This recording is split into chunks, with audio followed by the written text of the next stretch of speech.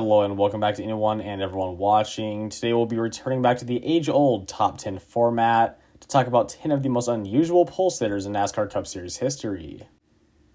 A while back I began noticing just how many unique pole sitters there have been over the years, and though many of them in this video never went on to score a single race win in their Cup careers, it's cool to think about how even just for one lap, many of these forgotten drivers and NASCAR busts were able to come out on top of some of the all-time greats. So I ended up scouring old race results for quite a while, dating back to the year 2000, to find some of the most unique, unexpected, and overall unusual drivers to score a pole position. Eventually, I came up with a list of 30 unusual pole winners from the past 23 years, so I'll only be discussing 10 today, or else it'd be going on for hours. Make sure to let me know in the comments if you'd be interested in seeing 2 more parts of this video down the road. For this video, I picked the 10 pole sitters you're about to see mostly at random, with my only criteria being that I tried to balance the years in which the races took place, or in other words, I tried to pick roughly 5 from the 2000s and 5 from the 2010s and 2020s. Also, for the format of this video, all 10 drivers will be ranked in order from number 10 being the most expected pole winner to number 1 being the least expected pole winner. So now without any further ado, let's get right to discussing 10 of the most unusual pole sitters in recent NASCAR history. Coming in at the 10th spot is Brian Scott, who won the pole for the 2014 Aaron's 499 at Talladega. Though Scott is certainly one of the most unexpected pole winners on this list, he is being penalized in his ranking for 2 reasons. Number 1, he was driving a Richard Childress racing car, and number 2, qualifying was more or less pack racing. In the inaugural year of the knockout qualifying format, and the first instance of it being used on a super speedway, Scott and his RCR teammates were all forces to be reckoned with. So much so that 50% of the cars in the third and final round were from the RCR stable or RCR affiliated. Those being Scott, Austin Dillon, Paul Menard, and Ryan Newman, along with Germain Racing's Casey Mears and JTG Doherty's AJ Allmendinger. And not only that, but all 6 of the aforementioned drivers timed in 1st through 6th, with Scott, who's at the tail end of his drafting pack, going to the top of the boards. However, after falling back early on, Scott went to the bottom of the boards in the race itself as he was collected in the first big one of the day and went behind the wall, finishing 42nd. So even though driver skill was almost a non-factor in the 2014 Aaron's 499 qualifying, Brian Scott is such an unexpected and forgotten driver to have won a Cup Series pole that he definitely deserves some mentioning in this video. Next up in 9th is Ryan Preece for his pole in the 2023 NOCO 400. This year, Stewart-Haas Racing has gotten off to an exceptionally poor start, even for their recent standards, with Ryan Preece still yet to score a single top 10 finish after 17 races, and Chase Briscoe's team receiving a brutally large penalty for part modification. And that's just the surface level, but anyway, Ryan Preece's pole was unexpected to say the least, as not only is it still Stewart-Haas Racing's only pole on the season, but it was also Preece's first ever Cup Series pole. In the NOCO 400, Preece put together what was easily his best full race performance this year, with a P15 finish after having led all of the first 135 laps. However, after what seemed to be a sign of good things to come, he still hasn't topped his season best finish of 12th from all the way back in the 4th round at Phoenix. That said, Preece still has plenty of time to turn his season around, but in all likelihood, his Martinsville pole will remain as a statistically unexpected one. Landing at the 8th spot is Boris Said, and no, his pole did not come at a road course. While he did qualify first at Sonoma 2003, his segment in this video is thanks to his pole in the 2006 Pepsi 400. Just the weekend after placing an impressive 9th at Sonoma, No Fear Racing brought Said back to hit the high banks at Daytona, and he did not disappoint. Although the year prior he finished no higher than 27th in his 3 Super Speedway starts, he put on a much better performance than most of the Super Speedway veterans in the Pepsi 400, as not only did he qualify the fastest for his underfunded team, but he held on to finish in 4th, only behind the winner Tony Stewart and the 2 Busch brothers. And for the record, this race was not at all a wreck fest, with 34 cars bringing it to the line on the lead lap. As it would turn out, the road course ringer's P4 finish would become the second best finish of his Cup career, only being topped by his 3rd place finish in the 2005 Watkins Glen race. Coming in 7th is Dave Blaney for his pole in the 2007 Linux Industrial Tools 300 in New Hampshire. This would be the second of Blaney's 2 career Cup Series poles, as his first came back in 2003 at Rockingham while driving for Jasper Motorsports. But now in his second season with Bill Davis Racing and still in search of his first Cup Series win, Blaney had seen little success prior to his New Hampshire pole with only 2 top 5s and 21 top 10s across 6 full-time seasons. Additionally, his 2007 season had been off to an especially rough start, as he had yet to score a single top 10 in the first 16 races. And unfortunately, his race in New Hampshire went no different, as after leading the first 30 laps, the 22 of Blaney slowly sank back through the field and ended up coming home all the way back in 29th, one lap down. But even though the result was not at all what the Bill Davis team desired, Blaney's efforts wouldn't be all for naught in the record books, because he actually became the first driver to win a pole for Toyota in the Cup Series.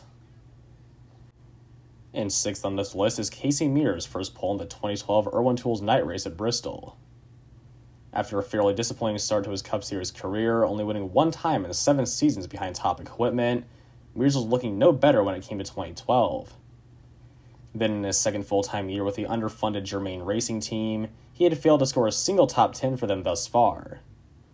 But out of nowhere, in the 24th race of the season, Mears qualified his Geico machine on pole and went on to lead the first 26 laps, even holding off Matt Kenseth on the first restart. With 90 to go, he had fallen back to a still respectable 17th place before he would cut a tire and get into the outside wall. The damage he sustained was relatively light, but still enough to prevent him from moving up any higher in the running order, so when it was all said and done, he made it across the line in 21st, one lap down. His pole was also not a sign of things to come for the 13 team, as they would not score their first top 10 finish until the next year in the Summer Daytona race, and they would never score another pole position. Next up in 5th is Michael Waltrip, specifically for his pole in the 2007 UAW Ford 500 at Talladega. You might be wondering why Waltrip would be included on this list, since he was known throughout his career as a superspeedway ace. However, in 2007, he was not an ace of anything at all. In fact, in his team's first year with Toyota as a manufacturer, and Toyota's first year in the Cup Series in general, Waltrip suffered one of the most abysmal seasons in NASCAR history. Starting with a 100-point penalty in the Daytona 500 due to the rocket fuel incident, he would proceed to miss the next 11 consecutive races, not because he sat them out willingly, but rather because he failed to qualify for each and every one of them, which has got to be some type of record. Anyway, given that, it was quite ironic that Waltrip would rebound to win the pole in the fall Talladega race after failing to qualify for the spring race. And even more interestingly were the drivers that made up the rest of the top 10, as Dave Blaney would actually share the front row with Waltrip, while Red Bull Racing's Brian Vickers started 3rd, Furniture Row Racing's Joe Nemechek started 4th, and running in the top 5 was another Michael Waltrip Racing entry of David Rudiman. Then in 6th was Jacques Villeneuve in a second Bill Davis Racing car, in 7th was John Andretti in the BAM Racing number 49, in 8th was Petty Enterprises' Bobby Labonte, and finally the Gillette Evernham Dodgers of Casey Kane and Elliott Sadler timed in 9th and 10th. On any other given week, it'd be much more believable that those drivers made up the bottom 10 of the qualifying order, but it at least makes a little bit of sense considering this is Talladega.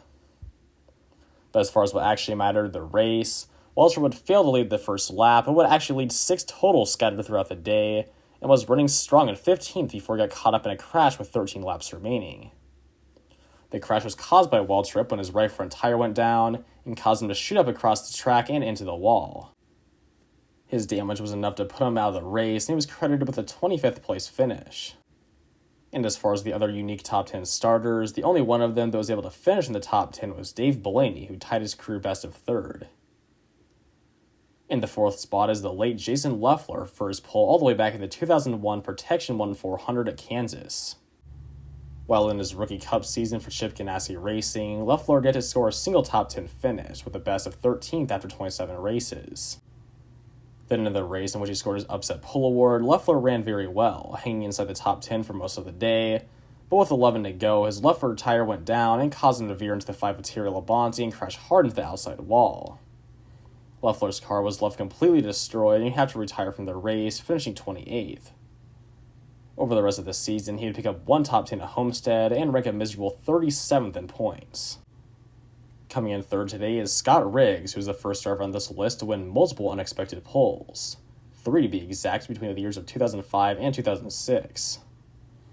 The first of which came in the 2005 Advanced Auto Parts 500 at Martinsville, when driving for MBV Motorsports. Riggs' pole backed up his solid start to the season that saw him finish 4th in the Daytona 500, 9th at Atlanta, and 10th at Bristol in just the first 5 races. Unfortunately, his speed did not transfer over from qualifying to the race at Martinsville, as there he would quickly fall back through the running order and wind up finishing 21st, 2 laps off the pace. Then after a mediocre rest of his 2005 season, apart from a second place in Michigan, Riggs would join Evernham Motorsports for 2006, still behind the wheel of the number 10, and still with sponsorship from Valvoline.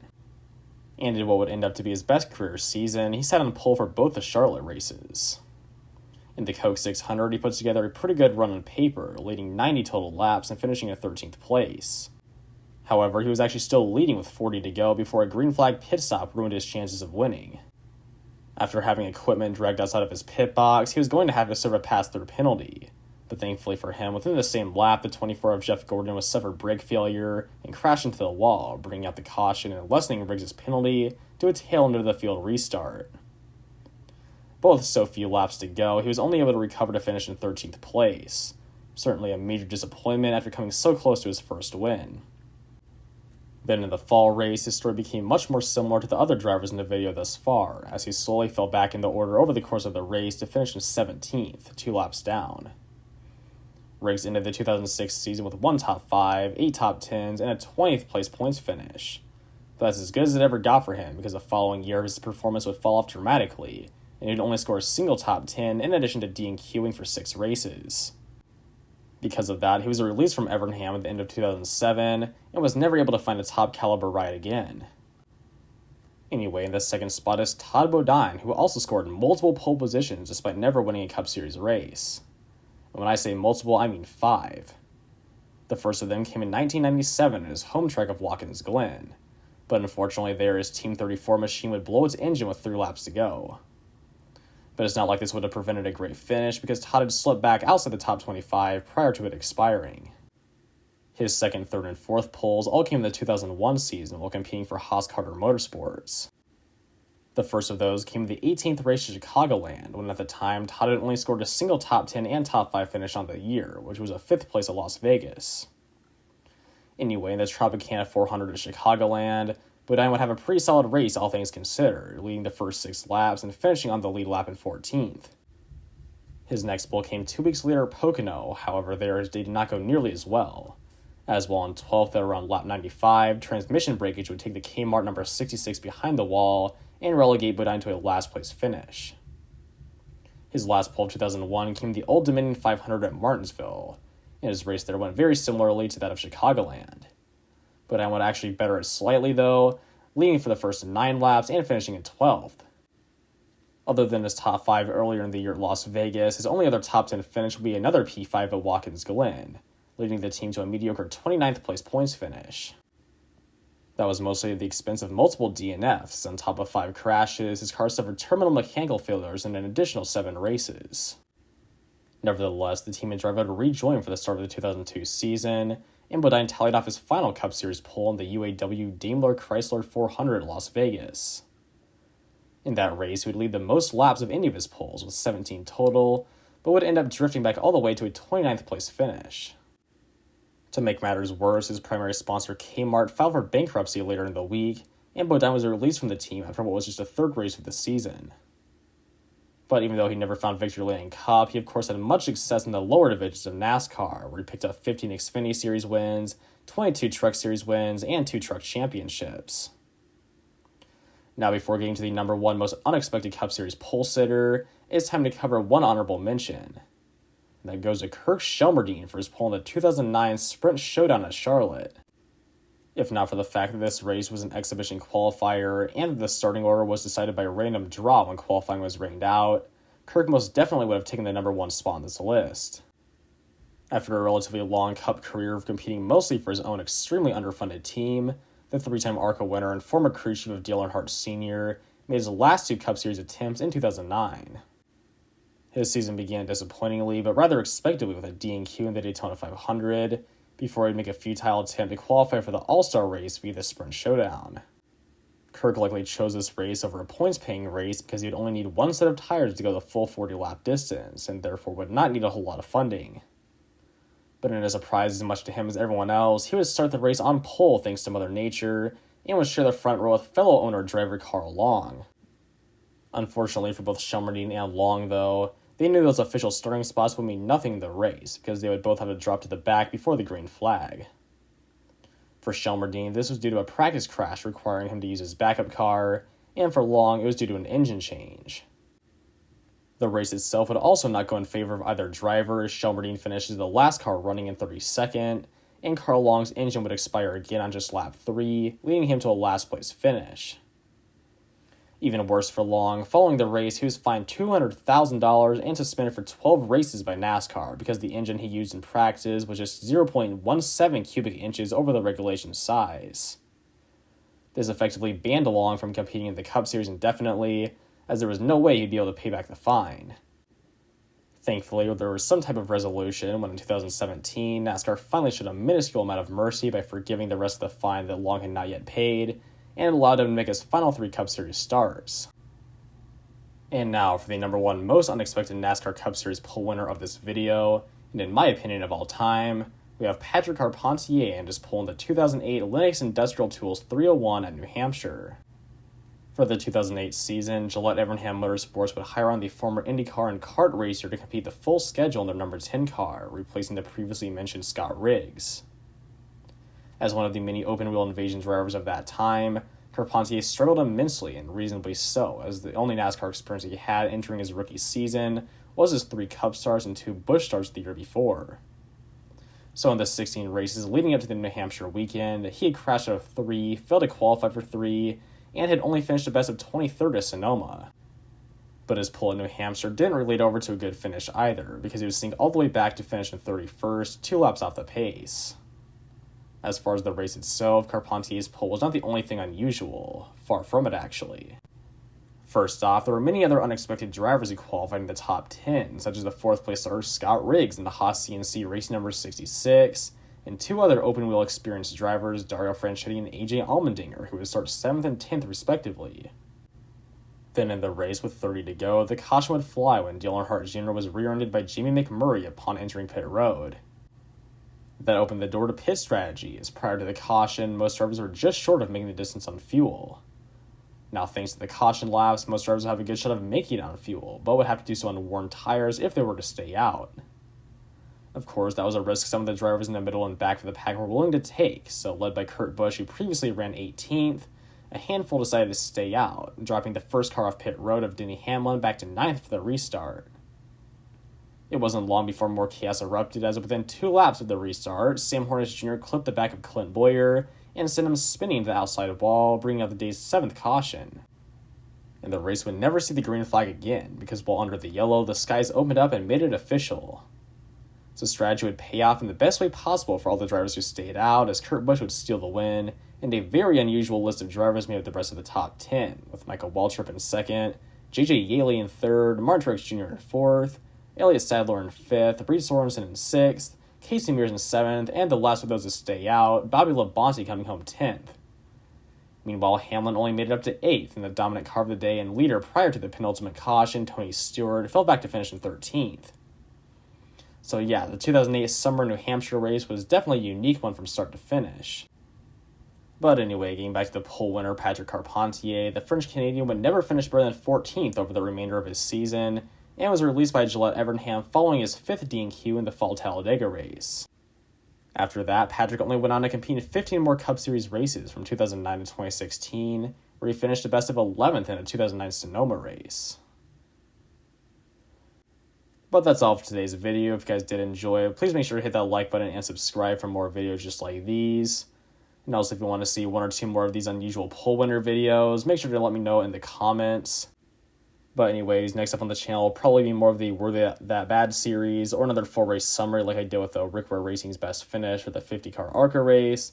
So go check all those out if you have not already. Yeah, that's all I've got to say. So until next time, peace out.